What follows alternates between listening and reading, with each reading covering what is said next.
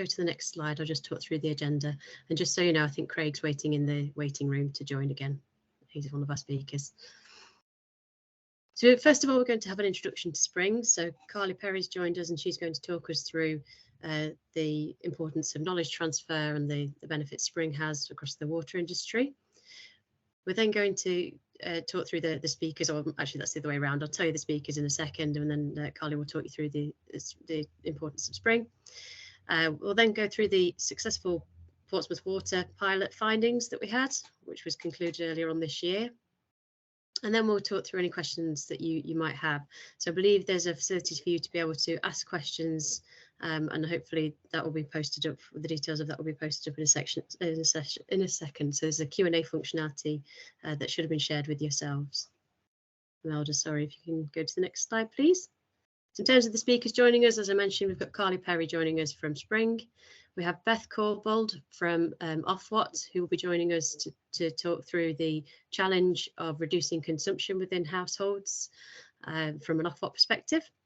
We then have Bob Taylor talking us through the challenge of reducing consumption from a water company perspective. We hopefully have Craig Foster. I'm hoping that he's joined us now and he's able to speak now. So he will be talking us through the Leakbot technology and the benefits that Leakbot can provide. And then myself and Leanne Riggs from Portsmouth Water will be talking through the trial specifically and talking through how that works from a customer perspective, from water company perspective, and also how it's reduced water consumption and what we can ascertain from that across the rest of the water industry. So I'm hoping I can now hand over to Carly to just talk you through Spring a little bit more. Wonderful. Thank you, Helen, and we can hear you loud and clear. Thank you, everyone, for patience and persevering with us whilst we work through some technical issues. Good morning to you all, and welcome to this Spring and Portsmouth Water Showcase. For those who don't know me, I am Carly Perry, Managing Director of Spring Innovation. We are the Water Sector Innovation Centre of Excellence across the UK and Ireland. So we've been created to enable collaboration and to accelerate innovation in the sector. And these sessions are one of the pieces of our service offering to do that. So you can expect 2-hour deep dive into a successful pilot between Portsmouth Water and InsurTech creating a Leakbot tool. And this session will give you a deep dive into the insights that were learned along the way of that project. So you'll hear about how the solution is driving down customer side leakage and meeting targets for water efficiency. And you'll hear the lessons that Portsmouth Water have learned along the way and that the partners have learned along the way. This is part of our knowledge transfer service offering, and that service offering includes these showcases, but also a library of knowledge that sits on our Spring platform, and anybody can access that. So there are case studies there that you can go and search for to help learn about innovation that's happening. And these showcases are here to give you that deeper dive. What we want to do is help accelerate learning in the sector, and we'll follow how this learning is embedded into companies post-session. So you'll see a survey from Imelda and Chloe at the end of this session asking about your experience, but also they will be in touch again after the session to follow how this actually gets embedded. So our KPI is not just about who comes to these sessions, but it is about what happens with the knowledge afterwards. This is showcase number 5 for us, and we've had nearly 1,000 people register to these showcases now. Really lovely to see some healthy numbers on this call as well. Importantly, we have attendance from all UK and Ireland water companies who then take the knowledge away and talk to their teams about how they can embed it. And that's really the piece for us that's powerful about accelerating the learning in the sector. So really for me, it's just to say, please, engage in the session. There will be a Q&A function. Please listen to the lessons that are here and take those back into your business and follow up and make sure that this helps you to accelerate your thinking that you're working on as well. A big thank you to Portsmouth Water for coming and sharing and being so open with the insights from this project. We really appreciate that. Big thank you to the suppliers who've been involved in the project, the InsurTech team on the call, and also to Beth from Ofwat, who's going to help to set the scene, as Helen said, around what the targets are that this project is helping to deliver against. So with that in mind, enjoy the session. And Bob, I'll hand over to you to hear a little bit more about your thoughts around the project and knowledge transfer. Great, thanks very much indeed, Carly, and welcome from me also to this showcase this morning, and thanks to the guys at Spring for all of the arrangements. I'm really pleased to see that I think we've got probably about 150 people signed up for this, and I'm not quite sure how many are on the call, but it's attracting a lot of interest, and that's great, because we all know that moving forward on innovation within the industry is a key challenge, and within that collaboration amongst the supply chain, water companies, everybody involved is absolutely vital. So this is a really good example of that. I think what you're going to be hearing and talking about today is really quite an important component, I would say, of what is an absolute challenge that we have in our industry looking forward. We're all in the process of putting our business plans together for PR24. We've all already consulted on our water resources management plans, and one of our key targets and objectives drives right to the core of what we represent as water companies, which is making sure that moving forward with the challenges of climate change and population growth as a backdrop, that we have sufficient water resources for our customers, but at the same time being able to protect the environment and enhance the environment that we draw our water supplies from. So, it is really very fundamental and basic challenge for the whole industry, and demand management and supply management are very key concerns and issues. We have a leakage route map, as you know, which has been developed at Water UK level. And within that route map, we have targets that we've agreed to meet as an industry. Probably the headline is the 50% reduction in leakage by 2050. And leakage is a very key component of the overall demand supply picture, because it's something that customers are always incredibly interested in and have strong opinions about. Everybody has an opinion on leakage one way or the other, and it's something that we all recognise in the industry, particularly given recent challenges of drought last summer and freeze thaw in the winter just gone.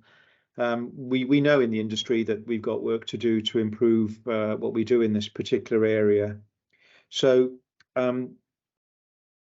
one of the other things that I think is coming to light as a result of our work on the route map and in other areas is the extent and the scale of customer side leakage. I think we do all believe that customer side leakage is probably a greater challenge than we thought. And as you'll see from the presentation, this piece of work that we've done on Leakbot is showing that the sort of levels that we have measured in other studies of customer side leakage, this is sort of supporting the findings there as well. And talking to customers about customer side leakage is just one component of the overall kind of behavioural challenge that we're trying to achieve with customers, so that we can reduce legitimate consumption of water, per capita consumption of water, but also reduce leakage as well as part of the overall supply demand picture. And this project really is very helpful in that particular area of sort of illustrating to customers the fact that though they may not be aware of it, there are leaks going on potentially inside their property, and most of the time there are leaks that can be easily remedied and water saved as a result. So it's potentially an extremely useful tool. I'm really pleased to say that it has emerged as a result of a crossover from something that was developed for another sector that we felt was applicable to us in the water sector. It was developed through the insurance sector primarily. So the fact that we found something here that's got application in a different sector, I think again is an important illustration of the need to look on a wider basis. we know that we have to innovate much more in the leakage area to hit the targets that we have accepted as an industry. And I think this is an extremely good example of innovation in the sector that is part of that overall response to the challenge. So I hope you enjoy the presentation. I'm very proud to be speaking to you at the beginning on behalf of Portsmouth Water as the trialist, if you might say, use that word in this piece of work. So please enjoy the presentation. If you have other queries or things you'd like to take up with us afterwards, questions unanswered, then we'd be very willing to talk to you. Thank you all. Thank you, Bob. We're going to hear now from Beth from Ofwat about improving water efficiency and reducing water consumption, more specifically within households. Thanks, Helen. Thanks, Bob. I think you've set me up very nicely there to give a little bit more detail around what we're seeing in terms of the sector's need to achieve improvements in water efficiency. If you could pop on to the next slide, Imelda. So this slide sets out why it's important to manage demand. The Environment Agency reported last year that without action, there would be a shortfall of 4,000 million extra litres of water a day in our public water supply, and that a lot of this is in southeast England. We think that there's sort of two main interventions needed to prevent us having a shortfall, and this is around increasing supply. Ofwat's doing a lot of work in this space, including through its RAPID program and also through reducing demand. So that's focusing, as Bob said, on reducing leakage and improving water efficiency for households and non-households. If you go on to the next slide for me, this graph here really shows us there's quite a lot of work to be done. So we've got a target, there's a government target for us to achieve as a sector 110 litres per capita consumption by 2050. And my graph at the bottom there shows about where we are. I think we all know that, you know, previous trends do not give confidence for the future. There's a real big improvement needed here. And we think that innovation and behaviour change are going to be really key in achieving this big slope that we need there. So on to the next slide there. This sets out that there's quite a lot happening in this space. Water companies have been working hard about water efficiency, on smart metering, on innovation like we're talking about today. Government is introducing a mandatory water efficiency label for white goods. The government is also working with house builders to build more water efficient new build homes. And there is, you know, part of the plan for water, there is greater water efficiency being thought about in a whole spectrum of building regulations. But I think this target still remains a very ambitious one. And I don't know that we've got lots of confidence, not just speaking as Ofwat, but as a sector, I don't know that we've got lots of confidence that we're going to be able to achieve our really ambitious goals here. Thinking then about my next slide, there's a real theme about demand management in PR24. I think that all of our key challenges, really demand management is at the centre of them. We've got rising expectations in terms of what customers and communities expect from their water companies. We have a strong drive to protect and enhance the environment, which means sustainably managing our natural resources, making progress on the operation of storm overflows, things like that. There's a strong need to adapt to climate change and meet net zero emissions. And we also have to think about affordable bills and the cost of increasing cost of living challenges. And really all of these things demand management is relating to. And if we can improve people's approach to using water in their homes and in in retail businesses, we can really help meet some of these challenges. On the next slide, then, I've set out a very brief summary of some of the key points that we took away from the draft water resource management plans that companies have prepared. We see that there's some really good ambition and lots of companies are trying to achieve the targets that have been set out by the sector and by government.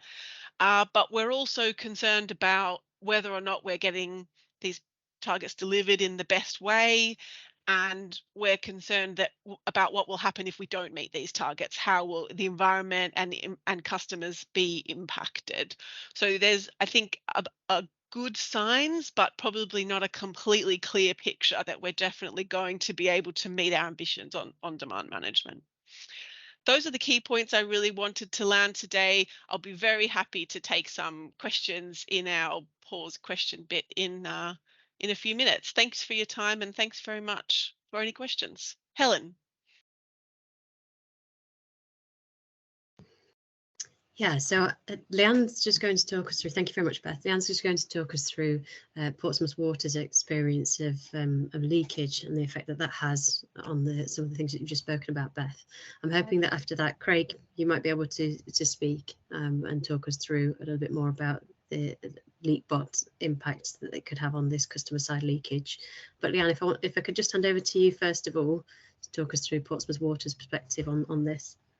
Yeah, so based on the conclusion of our water balance, we believe that as much as 50% of our outstanding leakage is actually on the customer side. And up until now, we hadn't really focused on this very systematically. With only 30% of our customers actually on a meter, we currently don't have a conclusive view of our customer side leakage. In the future, we do plan to go to deliver a fully smart metering program, and with that, we will gain more and more data, which will make our water balance more accurate. However, we can't wait until our PR24 to start doing things to reduce demand. We need to be working today to do it. We had heard about Leakbot through the insurance space and decided that to approach them to see if this was something that could work in the water industry to try and help us tackle customer side leakage and reduce demand. After some talks with the Leakbot team, we agreed that it was actually something that could provide benefits to us as a business and to our customers. So for things like reducing demand with the leakage and high consumption alerts, but also for our meter customers, it would reduce bills because they would find and fix their leaks, which would reduce their usage, and also potentially remove the damage that these otherwise undetected leaks would have to their properties. So off the back of that, we decided to go forward with a pilot of 1,000 Leakbots, which we purchased to offer free of charge to our customers. The main aim was to get a better understanding of our customer side leakage numbers, reduce consumption through leaky loos and other plumbing losses, and the devices also provide insights into how our customers would respond to data-driven alerts. So the outcome of this trial will really identify how our customers are responding to this type of technology and help us bring those learnings into building our future engagement and demand strategies for our campaigns and programs in the future. So I think I'm passing to Craig now to go into more detail. Hi, Leanne, thanks a lot. So yeah, I'll be honest, we were slightly surprised when Leanne and the team at Portsmouth Water first contacted us. And the reason we were surprised is we're used to being asked this question, can smart technology help? But we're used to being asked that question by the insurance sector. So with our product Leakbot, we've spent the last several years working exclusively with insurance companies. And what we've been trying to do is use smart technology to prevent claims on home insurance. But Leanne and the team at Portsmouth approached us and said, look, we think there's an opportunity that this technology might be able to solve a different problem for the water industry. So we've been on a learning curve. Just go to the next slide, please. We've started to educate ourselves about the problems specifically in the water sector. And one thing that we noticed is historically the focus has been slightly different to that of insurance. So obviously asking the question, can smart technology help with leakage reduction, is not a new question in the water sector. You've been applying lots of clever technologies on your industrial infrastructure of pipe work to reduce leakage. And obviously there's big plans with smart meter rollouts on the outside stop tap that would pick up those big leaks on the underground supply pipe and maybe some leaks inside the property. The emphasis in the insurance industry has been quite different. If you go to the next slide. So in insurance, the focus is squarely on the leakage that's inside the house, on the plumbing infrastructure inside the building after the internal stop tap. And the reason why home insurers are really interested in that is because small leaks on that pipework cause a huge amount of home insurance claims. In the UK, it's about £600 million worth of claims every year. It's one of the biggest perils, typically a third of all the claims that are paid out on a home insurance policy. So insurers have been trying to figure out, can you apply smart technology to that problem? Now, the interesting thing is the leaks that the insurance companies are interested in are much smaller, down to maybe under 30 litres per day, because the leaks that cause problems for home insurers are often hidden. They're hidden in the cavity walls, hidden in the ceilings. So we developed this product called Leakbot specifically to help the insurance sector. Now, the key thing here, if you go to the next slide, Helen. Yeah, if you skip past that, Helen, we'll leave the video. So the key thing here is it's a self-install device. So it's a relatively low-cost sensor, and it's cheap enough that insurance companies can afford to give this away for free for their policyholders. We send it in the post, and the customer can just clip this to a pipe. So the installation is as simple as just clipping it to the pipe inside the property, as you can see on the picture here. So first of all, it's self-install. You install it through an app, and it connects to the homeowner's Wi-Fi. And then through that app, we have the ability to then detect leaks anywhere on that mains water system, and we can alert the customer directly to any problems. And also part of the model is we then offer advice on how to diagnose what the problems are in the property. Sometimes it's just a tap that's been left dripping, but we also offer a solution so you can book plumbers through the app, and then you can actually get a solution to leaks that are more problematic and difficult to fix. So we can alert the customer to continuous water flow, but we can also alert to high usage events. If water's just been running, you've left the bath running, or you've been watering the garden for a while, we can alert to those types of things and give the customer a heads up in case they've forgotten about it or don't realize that water's been running for a while. So we found this is really effective in the insurance sector. By sending plumbers into homes, fixing especially these hidden leaks, we found that the insurance companies can offer all of that for free to the policyholder, and create a claim saving on the back of it. Now, the interesting question is, can that be reapplied to the water sector? And the interesting thing is actually how this technology works. So if you go to the next slide, Helen. The reason why we're able to do this is the device uses temperature. So there's a temperature thermistor that sits against the pipe of the incoming water, and there's a second thermistor that's measuring the ambient temperature where the device is located. And what that means is every time there's a quiet period where there's no flow of water in the property, the two readings will go back to an equilibrium point. You can see on the green ticks on the graph here, that's the signature of a property that hasn't got any leaks. The thing that we realized is if the property has got a leak, and it can be a really small leak, actually down to about 3 to 5 milliliters per minute, there's a permanent tiny trickle of flow through the pipe, and we can detect that as a small temperature differential, and that's how the technology works. Next slide, please, Helen. And the important thing here is it's a different order of magnitude of sensitivity compared to typically what you'd see with water meters. So even with the modern smart meters, they don't tend to detect anything much below 100 milliliters per minute, or about 150 liters per day. Whereas a Leakbot can detect leaks down to about 5 milliliters per minute, or about 7 liters per day. So about 20 times more sensitive. Next slide, please, Helen.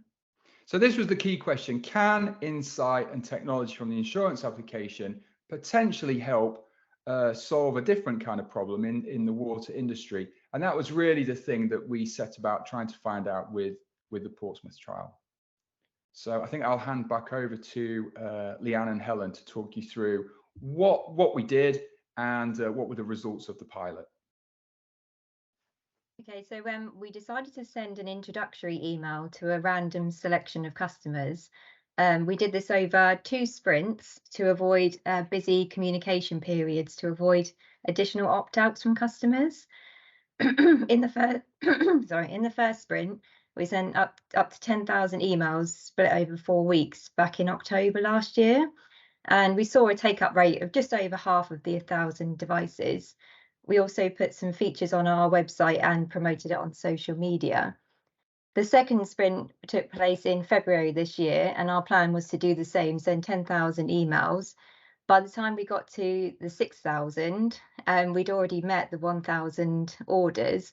In fact, the voucher code had run out on the website, and we were inundated with contacts from customers asking us why they'd missed out on the offer. So we did in the end extend the voucher just so that those customers wouldn't miss out. In total, we had 1,029 orders placed, which worked out to be 6.25% take-up rate, which we believe would have been higher if we were able to continue the campaign to its end. We didn't know how well this would be received by our customers because we've never done anything like this before. So we decided to offer it to all types of customers rather than sort of targeting one specific type, for example, our known high users. The plan was to see how the initial take-up would be received and how many orders we had, and then with the remaining devices we would then offer them to more of our high users to see if that would identify higher reductions from leakage and usage. But as I said, we got rid of all the devices early. So in the next wave, that's something that we would be focusing more on, so targeting more of our high users to see what sort of differences that made to the results of that trial. So we have learned that the introductory email worked very, very well with our customers to get them to order the devices. And it shows that they are very, very supportive of having this kind of smart technology in their homes. And they've been very engaged within the app and responding to the leakage alerts, which is something that was quite surprising to us, but we would be able to take that learnings into future programs for around like smart metering apps, and really help us develop that program and our comms plan in the future. Great, thank you, Leanne. So as Craig mentioned, this was a bit of a learning curve for us. It was the first time we'd done any activity within the water industry. Previously, we've focused on insurance customers. So we were unsure about what kind of take-up we'd get in terms of installing the Leakbots. So also, as Craig mentioned, Leakbots are self-install. Customers receive a Leakbot to the door, and all they have to do is download the app, fill in a few details, connect to the Wi-Fi and clip the Leakbot to the pipe, typically by the stop tap. Now we see in the insurance world, we see around 80 to 85% self-install rate, but those customers are sent regular reminders that they need to install, and usually there's a bit of a carrot in doing that, so a reduction in any excess payment if the customer has a claim after they've installed Leakbot. That's usually waived as a result of having Leakbot. For these customers, there wasn't necessarily any carrot or stick to installing it. The customer had received a Leakbot. We send regular reminders and some advice on how to install Leakbot, but we didn't really know what kind of install rate we'd get. So we saw 80% of customers self-install Leakbot on the Portsmouth Water trial. And I think actually this could probably be improved, or I'm pretty certain that this could be further improved by us improving the messaging to be more water company focused. As we said, we've come from the insurance world, and we're trying to make sure that we've got the messaging improved and more relevant for the water customers. But that wasn't really the case at this point. I think we could do more to engage customers in why they should install Leakbot, what kind of benefits it would add in terms of reducing bills, as Leanne mentioned, or just in terms of water efficiency. So we were quite impressed with the 80% self-install. We think we could get even better, and it was a good learning for us that we could actually achieve what we'd achieved within the insurance industry as well within the water company. So that was great. If we can go to the next slide, please.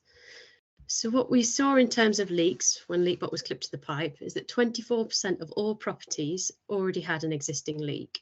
So this isn't unusual for us to find, and actually is a little bit low, as Craig will go into a little bit later.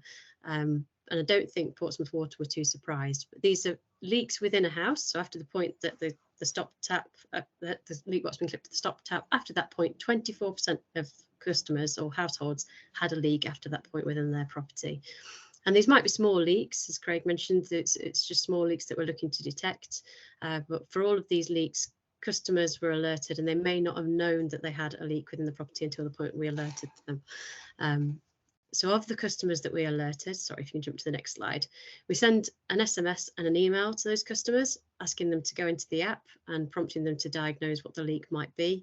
They can tell us it's a dripping tap or a leaking toilet. We give them some hints and tips on how to identify those two things, or they can tell us it's neither of those things. Within Portsmouth, we found that 69% of customers actually interacted with the app. So they went from that SMS or email and interacted with the app. So quite a high level of engagement from those customers. 70% of those 69% were able to diagnose what their issue was. And of all the leaks, 78% of those leaks were resolved. So this isn't necessarily a customer getting out a wrench or calling out a plumber. It could just be that they're switching off a tap. So I know, for example, whenever I receive a leak alert, that it's my utility room tap because it's really stiff to switch off. And we go in there maybe once a month, if not less, and we might use it for something and leave the tap dripping slightly. So I know when I receive a leak alert, all I need to do is go in and switch off that leaking tap, and that will resolve the issue. In terms of the leaks we find across the board, so if you can jump to the next slide, thank you very much. And we see that 46% of all leaks that we find actually within customers' properties are leaky loos. So I don't think this will surprise many of you within the water industry that nearly half of the properties that had a leak actually had a leaking overflow or a leaking loo. And this is based on data from ourselves rather than the customers diagnosing this. This is based on engineers going out and carrying out a survey of the types of issues that we find within a customer's property. If you jump to the next slide. So although leaky loos only equate to around half of all the leaks that we find within a property, in terms of the volume that's wasted as a result of the leaky loos, being at an average of around 215 litres per day, we think that actually around 75% of all leakage in terms of volume is wasted as a result of leaky loos, and it averages the amount of water being wasted within a property to around 133 litres, just as a result of 46% of those being leaky loos at an average of 215 litres a day. It's quite a significant amount of water being wasted within a property. So what does all that mean for the Portsmouth Water trial? So if we look at the number of leaks that we found within the Portsmouth Water area, as I mentioned, 24% of properties had a leak within the Portsmouth Water trial, of which they were wasting 133 litres a day as an average flow within those leaky properties. So that's around 32 litres a day that's being wasted within those households just as a result of there being a leak present within those households. So quite a significant amount of wastage just from a leak, and around 89% of the Ofwat target in terms of water consumption within a property. It's quite a significant volume of water being wasted that we could detect and alert a customer to that they may not even be aware of or may have ignored previously. Sorry, if you can jump to the next slide. Thank you. So what we saw towards the end of the trial was that we alerted 24% of customers to a leak. By the time we got to 6 months into the trial, that had reduced to 10% of customers which had a leak within their property. So a 60% reduction in the number of customers that had a leak within their property, just as a result of clipping Leakbot to a pipe just by the stop tap, us sending alerts and reminders to any customers who had a leak. We saw a 60% reduction in leaks. And most of those, or all of those, were self-resolved by the customer. They didn't require a visit. They just needed a customer to go in, switch off that tap or resolve that leaky loo. That 60% reduction in leak equates to 19 litres a day in terms of the savings that we could find within each of the properties. And that's based on the 32 that we spoke about a second ago. That's 51% of the Ofwat reduction target already achieved just as a result of introducing Leakbot. And actually there's more that we can do to try and encourage customers to take action on the back of those leak alerts. As I mentioned, we can do more around install to make the messaging a bit more appropriate for the water industry. And there's more we can do for customers at the point that they have a leak as well, to let them know what kind of impact that's having as a result of them having a leak, potentially giving them support on how to get things fixed. So for water companies that have leaky loo initiatives, potentially this could complement that quite well. Or also giving more regular messaging to customers. So we could send, for example, monthly messages that's full of insights on how a customer might be able to reduce their water. So there's more we can do to potentially reduce the consumption, but just from doing what we do already within the water industry and applying that to water companies, actually what we found is that we could reduce the amount of consumption by 51% of the Ofwat target. So I think we've gone through those slides fairly quickly. So the intention was to have a break at this point. We are going to come back and talk through a summary of the findings again and talk about what that would mean if Leakbot was applied to kind of a wider volume of customers. And we will be taking any questions. I'm told that there's a little button at the top that says Q&A. That I can't say it on mine, but it might be because I'm not using the app. But there's a little button at the top that says Q&A. So if you have any questions on there, just go to there and type it on there, and we'll be answering those after the break. Thank you very much. Hi everyone, welcome back. So it was really, I enjoyed the presentation. I hoped all of you guys did as well. I thought it was really, really interesting. What we just wanted to do before we take the Q&A is just summarise what collectively we thought we learned from the pilot, and also some of the ideas that we've had collectively on what things we could improve if we were to do it again. So the first thing obviously that we learned, as Leanne said, is homeowners do seem to like receiving this type of smart home technology from their water company. We had high take-up rates at the very beginning from the offer. The install rates were really high, and then we had really high app engagement with alerts as well. So that was a really positive response from the water company customers. The second thing that we learned is obviously plumbing side leaks are a big issue. Now, I don't think that's a particular surprise to the water industry, but I think sometimes from what I've been told, it's sometimes difficult to know how much of the leakage is on the underground supply pipe and how much is on the plumbing side beyond the internal stop tap. So obviously it was interesting in this pilot to put some numbers on that 24% of the houses had a leak. Most of the leakage we think is coming from leaky loos, and in Portsmouth that equated to 32 litres per day on average. The average property was leaking. If you go to the next slide. Now, what's the other thing we thought would be interesting to share is actually Portsmouth at 24% of properties having a leak was actually slightly lower than the national average that we see. We've obviously installed tens of thousands of these devices all across the country. And what we see on average in England and Wales is that 30% of properties have a pre-existing leak against the 24% that we saw in Portsmouth. So actually, it looks like on a national basis, it's about the average house is leaking water about 40 litres per day. So we thought that's an interesting stat to compare to other sources. I know our friends at Invenio have done some very interesting work looking at background nighttime leakage with kind of similar findings, if anything, maybe slightly higher than this number. So it kind of correlates with some of the other industry stats out there. If you go to the next slide, Imelda. The third thing that we learned from this is that smart home technology can drive down leakage.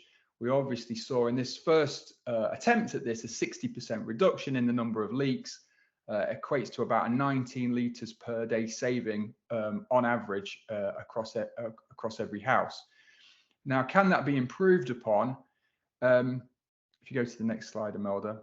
I think the other thing that we took away from this is there is opportunity to go beyond this as a result with water efficiency and driving down water demand as the goal. We probably can get even more leaks resolved if we were to try and improve a few things. And also we can probably use customer engagement to drive further behaviour change as well. So on the first one of these, could we get more of these leaks fixed? Well, we hit a 60% reduction, but we think realistically 75% would be a good target, which would equate to about 30 litres per day saving on average across England and Wales. And one of the ideas that we had on how we could do that is we actually think we could get insurance companies to actually cover the cost of repairs and offer free repairs paid for by people's home insurance companies. Why do we think insurance companies might do that? Well, they already do it today, and they pay for the cost of the technology to be installed. So when we've sounded this idea out and said, could this water company application fit with some of our home insurance partners, they're keen on the idea. So they would actually front some of the repair costs, and we could offer free repairs to customers as a result. So that could drive just more of these leaks getting fixed. The second thing that we think we could do much more on is, you know, the app today is designed very much for an insurance use case. But what we do is we've proven in this trial we get a very high customer engagement through a water company distribution. But what we can do is we alert customers in real time to high usage events. You know, if you've been left the hose pipe on in the garden or left the sprinkler on for too long, we will alert the customer in real time to those types of things. We can put usage-based insights through the app. These all go straight to the customer's phone. So if we were to have more of a water efficiency mindset, maybe there's more we can do there for a water company application to really drive some of that consumption behavior differences. So if we can already save 30 litres per day through just affecting the leakage, is it possible we could deliver the other 6 litres per day through this type of behavior change? I think that's equivalent to about saving 24 seconds off the average shower. So it may well be possible. We know a lot of you have already got loads of hints and tips on your water company websites, and even just translating that same knowledge and insight through something that's much more direct and on the customer's smartphone could be a really interesting application. So we think it's entirely possible on the back of these results to achieve the PR24 goal that Ofwat have talked about of reducing household demand from 146 litres per day to 110. We think certainly at houses at least, this type of technology could achieve the entirety of that target. So it's quite an exciting conclusion. And to put that in context, £100 million could pay for over 3 million houses to have this type of technology installed, and would add up to a saving of around 100 megalitres per day on these statistics. So I think the other thing that's exciting about this is Beth talked about how a lot of the solutions haven't really been transformational or not really scalable, but we think with something like this is something that really can be scaled.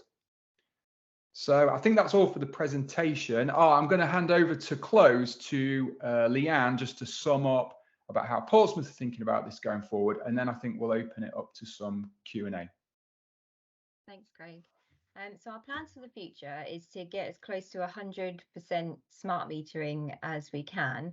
However, this is going to take about 10 years to complete. For our new smart meter customers, we will put a hypercare service in place, which will support them through including the high consumption and leakage alerts, engagement through an app, as well as offering water efficiency home visits, providing water saving gadgets. And it also, smart metering gives us the added benefits of introducing new tariffs and network insights, which will help us identify leakage on our side. Although this programme is due to start in AMP8, it won't really hit its peak fully until AMP9. So we need to be doing more in the beginning to be able to continue to support those customers who are on the standard 6 monthly read meters or unmeasured, until all of our customers have received their smart meter and we can start seeing the benefits of that new technology and the additional services. So that's when we will be looking to promote additional Leakbots, which is one of the considerations in our demand strategy, because although they don't have everything that a smart meter does, the benefits are quite similar in terms of the high usage and leakage alerts, as well as additional engagement within the Leakbot app. So this would really help us increase our opportunity to reduce demand for those customers that wouldn't have received their smart meter until further down the end of the programme. So this will be alongside other initiatives, including home visits and increasing our engagement on behavioural messages widespread, and really highlighting localised water scarcity issues within our community. So that's sort of where Leakbot fits within our future plans as sort of a complement early solution to our smart metering programme. Okay, I think we're about to open the Q&A. So if you haven't already, if you put your questions in the, I think it's the chat function we're using now, isn't it? We've switched. Yeah.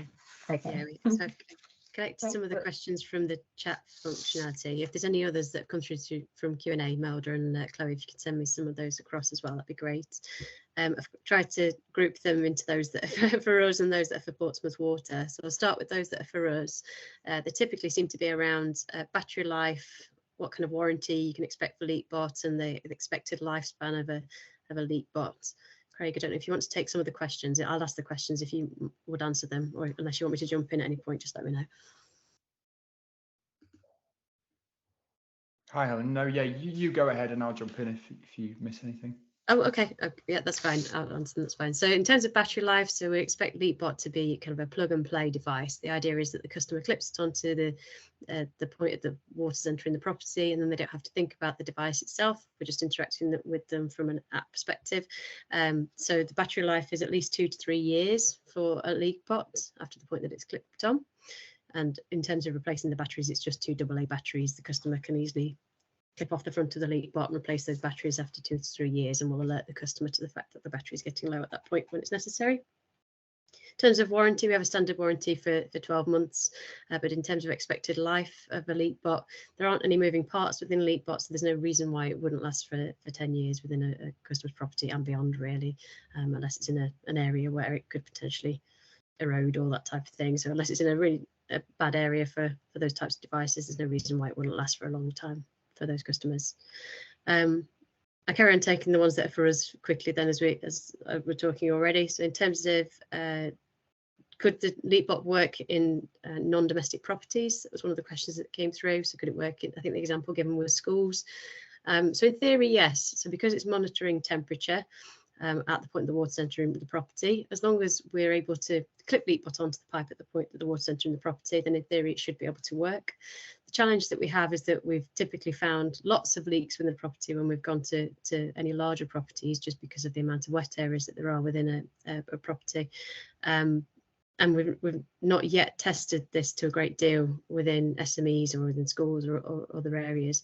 So in theory, yes, it's something we'd like to test and do more of. And it's a great challenge to have, that actually we find a lot of leaks in those properties where there are lots of wet area. It's been an issue for us from an insurance company point of view, because they haven't wanted to send a plumber out to all of the locations where there is a leak. But for you, I think there is probably more of a business case for us to alert a property manager to tell them that there is a leak within the property and hopefully get those things fixed. So hopefully, watch this space, we can start trialling some of those SME opportunities, hopefully possibly with some of the people even on the call today. Could we move Leakbot to the boundary line and send alerts to the customer and the water company as well? So in terms of the water company receiving alerts, first of all, so Portsmouth Water had access to all of the data around the number of customers that had installed the Leakbots and who those customers were that had installed the Leakbots, whether they'd had any leak alerts, how they'd responded to those leak alerts. So all of that data was already available to Portsmouth Water. It isn't sent in an alert to Portsmouth Water. It's actually sent in a dashboard, so they can access all of that information themselves and be able to use those reports. And some of the insurers that we work with use those reports to try and trigger messages directly from the insurance company to try and prompt the customer to take action.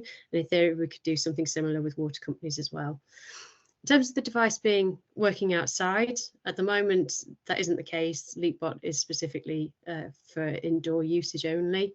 There's potentially a case where we could use Leakbot outside in the future. We haven't yet looked at how that would work alongside what you have already in terms of meters and how that would clip on in the UK specifically. So at the moment, that's a no, but potentially in the future, it could be something that's looked at, but it's not currently on the roadmap, if being very honest. I think that they were all the questions for myself up until the point that I was able to read them. There's a few more coming through, so I will check them as we're going through, but I'll just send a few to Leanne, if that's okay. So first of all, around customer selection. So how did you determine who to target? Was there any kind of selection around those customers that were technical versus non-technical, especially because you were using email? And if you've got any details on the split of metered versus non-metered customers, that would be great.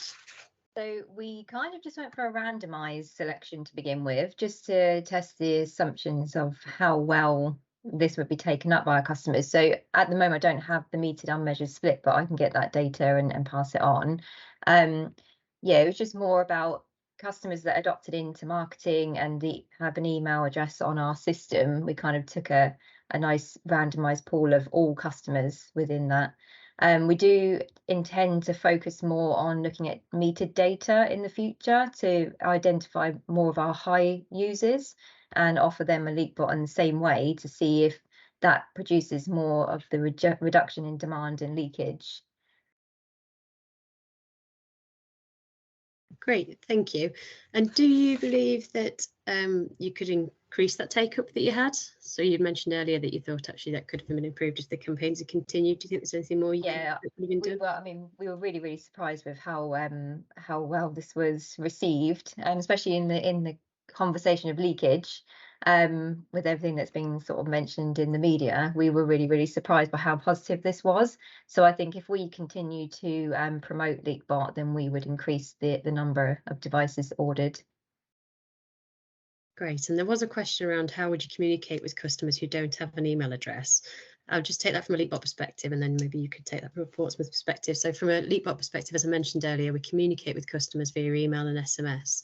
So we do ask that customers have access to Wi-Fi, have a smartphone. So this is skewed slightly to those customers who are more technically able.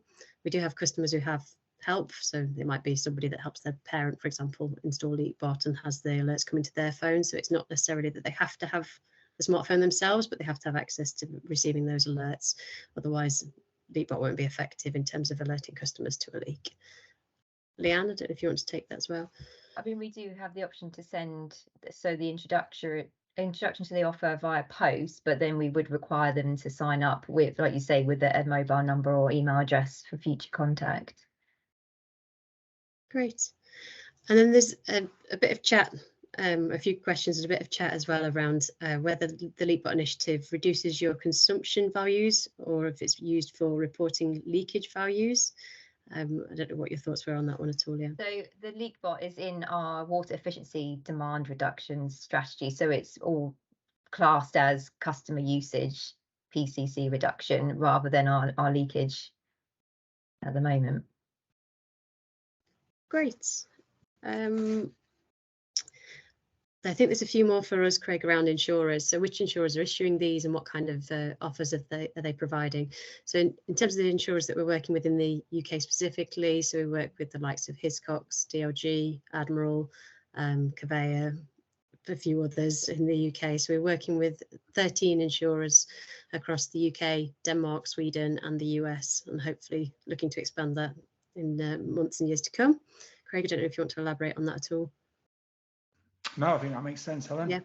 And in terms of the types of offers that we're providing, it's not necessarily a reduced premium that insurers are providing. I'd seen the question around that. It's more a waive of the excess. So if a customer has an escape of water claim, typically the excess is around £350. And some of the insurers that we work with have said if you have a Leakbot installed, then we'll actually waive that excess. Others have gone as far as saying if you have a Leakbot installed and you fix your leaks within 28 days, any leaks that we find, then we'll waive your excess as well. So it's slightly different by each of the insurers that we work with. I'm looking at any other questions. Sorry, that's as far as I got at the point that we started asking the questions. Can I ask how Portsmouth Water are setting themselves up to be able to act off the insight from the Leakbot? Do you offer advice, services, financial incentives, etc.? At the moment, we wanted to test how the willingness of customers to respond to the leak alerts, and they've go ahead and fix them themselves. I mean, it may be something that if customers would be incentivized to fix the leak if they had some sort of offer for a repair of an insurance company, then that is something that we would look at doing in the future. Great. And a question from Nathan around the government in England looking at leaky toilet regulatory solutions at the moment. Have we been engaged with the government or building regs around this? No, but it looks like an opportunity for us. So as I said, this is quite new for us that we've ventured into the water industry, and we are looking at how else we could potentially levy either the regulatory bodies or work alongside Ofwat, potentially look at the funding available, those types of things to be able to use Leakbot at a wider scale. So it might be an opportunity for us, but it isn't something we're doing just yet. Is Leakbot restricted to copper pipes? No, it's not. So it should work on all pipe types here in the UK. We haven't yet come across one that wouldn't work. How much do Leakbot units cost? So hopefully Craig had spoken through the cost at a larger scale and what that could look like. If you've got specific questions about any volumes that you'd want to discuss, then please do feel free to contact Craig and myself. And if our contact details haven't been shared yet, then I'll ask Imelda and or Chloe to make sure that that's the case. What engineering difficulties have you faced internally with Leakbot being fitted successfully? So typically, in terms of the customer clipping Leakbot to the pipe, the biggest challenge for us was customer finding the stop tap. So that's what we use for customers to be able to navigate where to clip Leakbot to. And it's probably not a surprise to you that a lot of customers don't know where the stop tap is. So we've given them hints and tips on how to do that now within our installation journey and in the guidance that comes alongside Leakbot within the packaging. It talks to them about how to find a stop tap.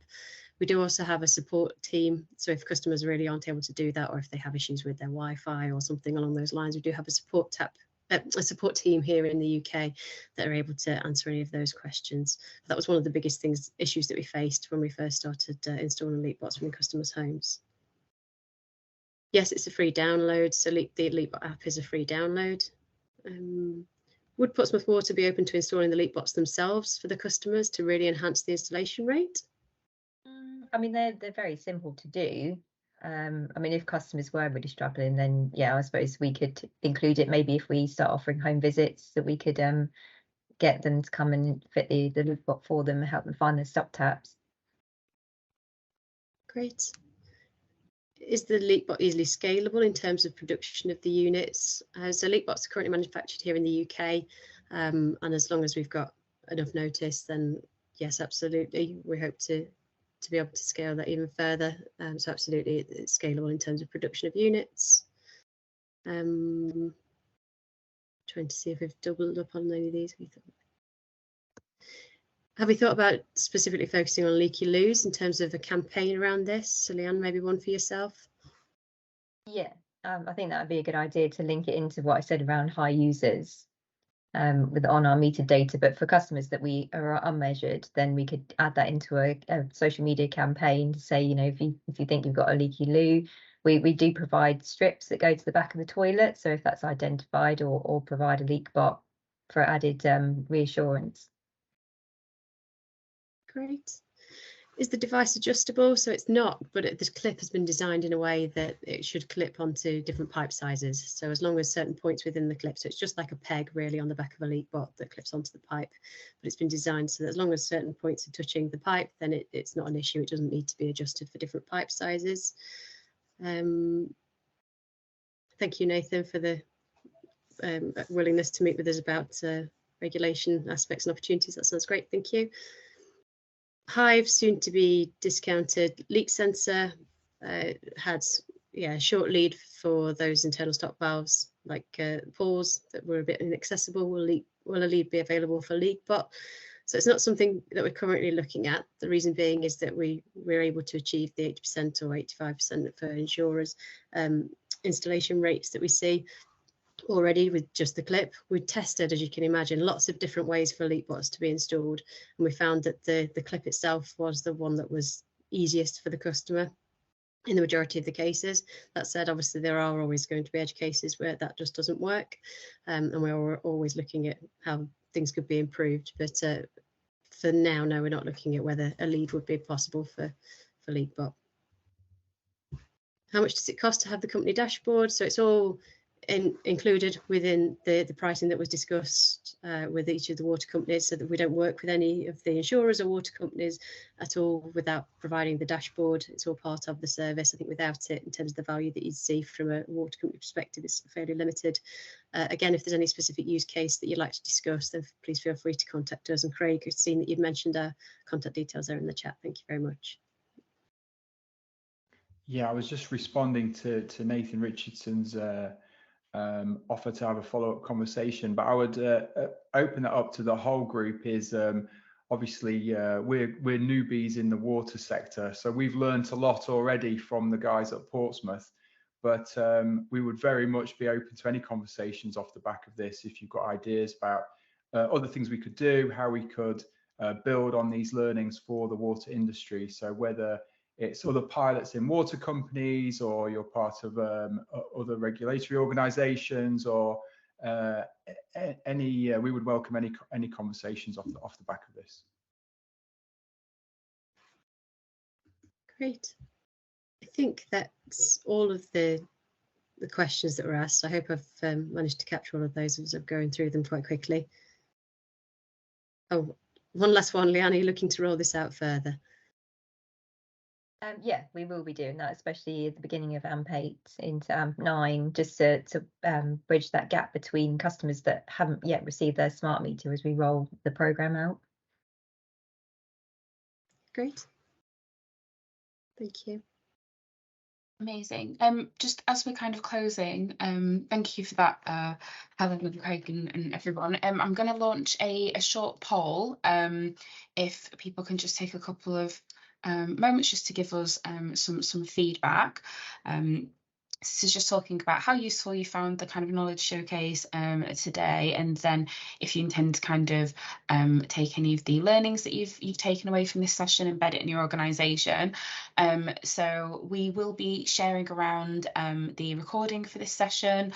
We've ended a little bit sooner than what we thought, but that's fantastic because we've got through so many of your questions, so that's really great. So we'll be sharing around the recording after this session, and then we'll be sharing around the kind of more details on the Leakbot if any of you would like to get in touch further with Helen or Craig. If you do have any last minute questions, I've just seen, I think Victoria's put something in the chat. I don't know if Helen or Craig, if you want to catch that, and then we'll close out the poll.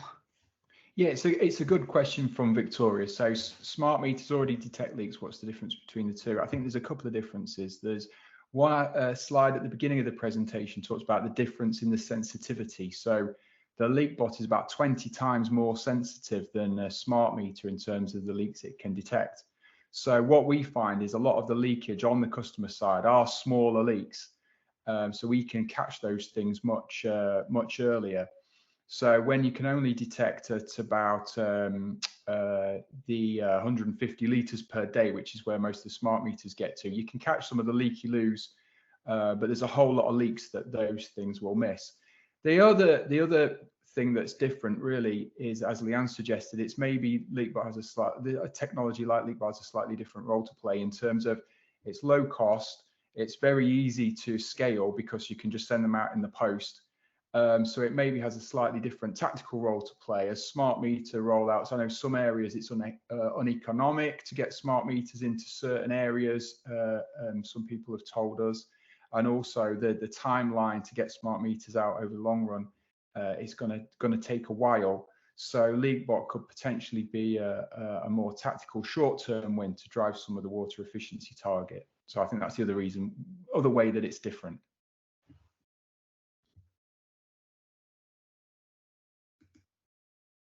Amazing. Thank you so much for that, Craig. And thank you to Helen, Leanne and Bob and Carly as well. It's been a really fantastic presentation and really interesting to hear about the kind of innovations going on the customer side when it comes to leakage as well. So as I said, everybody, thank you so much for attending. We will be sharing around the recording of this presentation afterwards. I've closed out the poll now, and we will be in touch very soon in regards to the recording. If you do have any more questions, or if there wasn't anything that was answered, then that could be kind of picked up by Helen and Craig. So thank you, everybody. Thank you very much. Thank you. Thanks, everyone. Thank you.